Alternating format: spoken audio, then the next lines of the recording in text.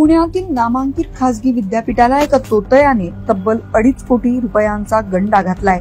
यातील धक्कादायक गोष्ट म्हणजे आरोपी तरुण उच्च शिक्षित आहे।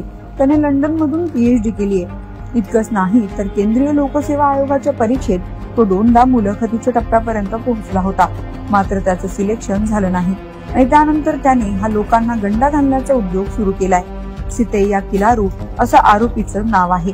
त्याने IIT मुंबईतील प्राध्यापक असल्याचं भासवून कोथरूडमध्ये असलेल्या एका खासगी विद्यापीठाच्या प्राध्यापिकाचा विश्वास संपादन केला आणि त्यानंतर सरकारच्या कृत्रिम बुद्धिमत्ता व ड्रोन विषयक प्रकल्पाचा करार करण्याचे आश्वासन देऊन टप्प्याटप्प्याने 2,46,00,000 रुपये त्यांच्याकडून उकळले। मात्र शेवटी त्याने करार केलाच नाही।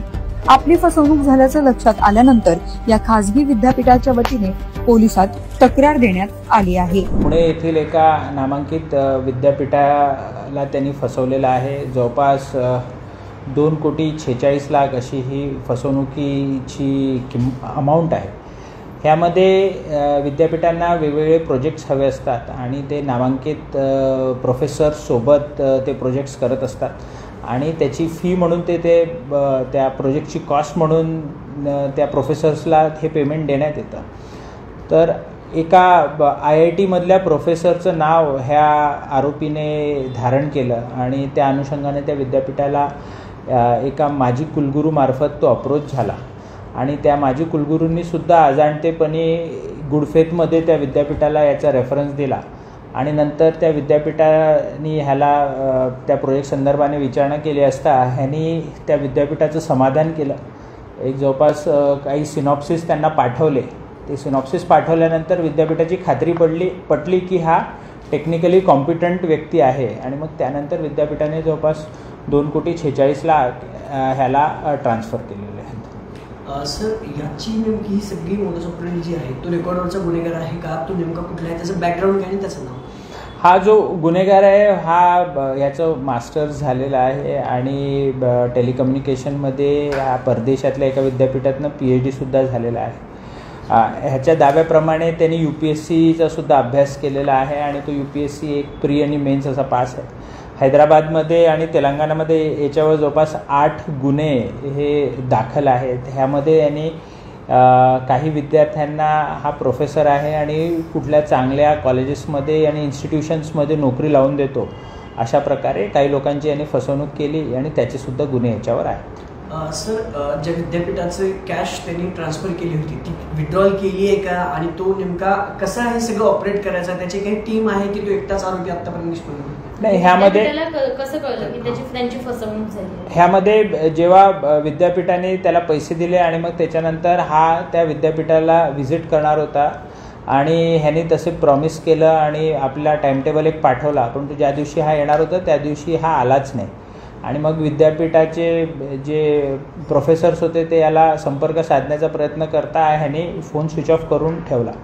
मग त्यांनी ज्या IITच्या प्रोफेसरचं नाव यांनी धारण केलं होतं त्या प्रोफेसर्सना संपर्क केला आणि त्यांनी ही गोष्ट पूर्णपणे नाकारली की आमचा आणि याचा काही संबंध नाही। तेव्हा विद्यापीठाला लक्षात आलं की आपली फसवणूक झाली आणि मग ते पोलिसांकडे आले। सर, काही विड्रॉल केले त्यांनी यापैकी कॅश त्यांनी आणि चौकशीत काही वेगळं असं सांगितलं त्यांनी की तो असं का करायचा किंवा त्याचं?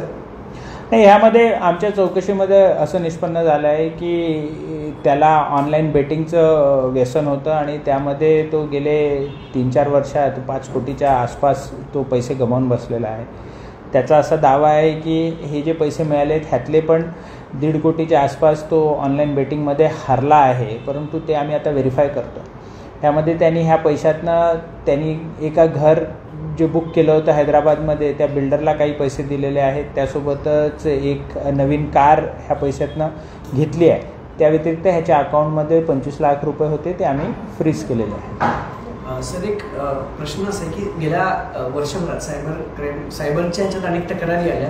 नागरिकांचं काही म्हणणं असं आहे की रिकव्हरी होत नाही, त्यासाठी आपण काही वेगळा उपाययोजना करणार आहात का? कारण आरोपी पकडले जातात पण रिकव्हरी होत नाही, यासाठी काय?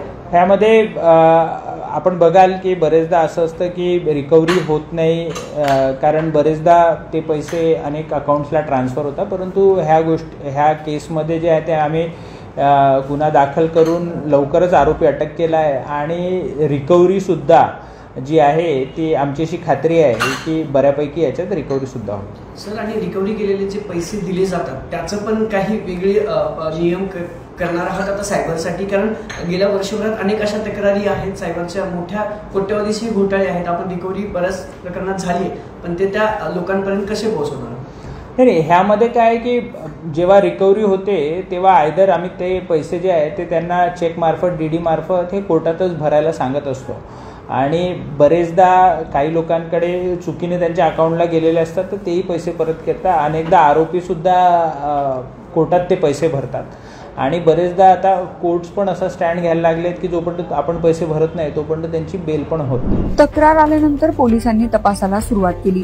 तो मूळचा विजयवाडा येथील असल्याचं निष्पन्न झालंय. त्यानंतर पुणे पोलिसांच्या सायबर पथकाने हैदराबाद येथे शोध मोहीम राबवून त्याला बेड्या ठोकल्या. त्याच्या ताब्यातून पोलिसांनी 50 लाखाचा मुद्देमाल जप्त केलाय, ज्याच्यावर फसवणुकीचे गुन्हे दाखल आहेत. त्याला ऑनलाईन जुगाराचे व्यसन आहे.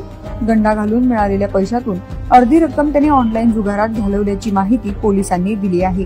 पुणे पोलीस अधिक तपास करत आहेत.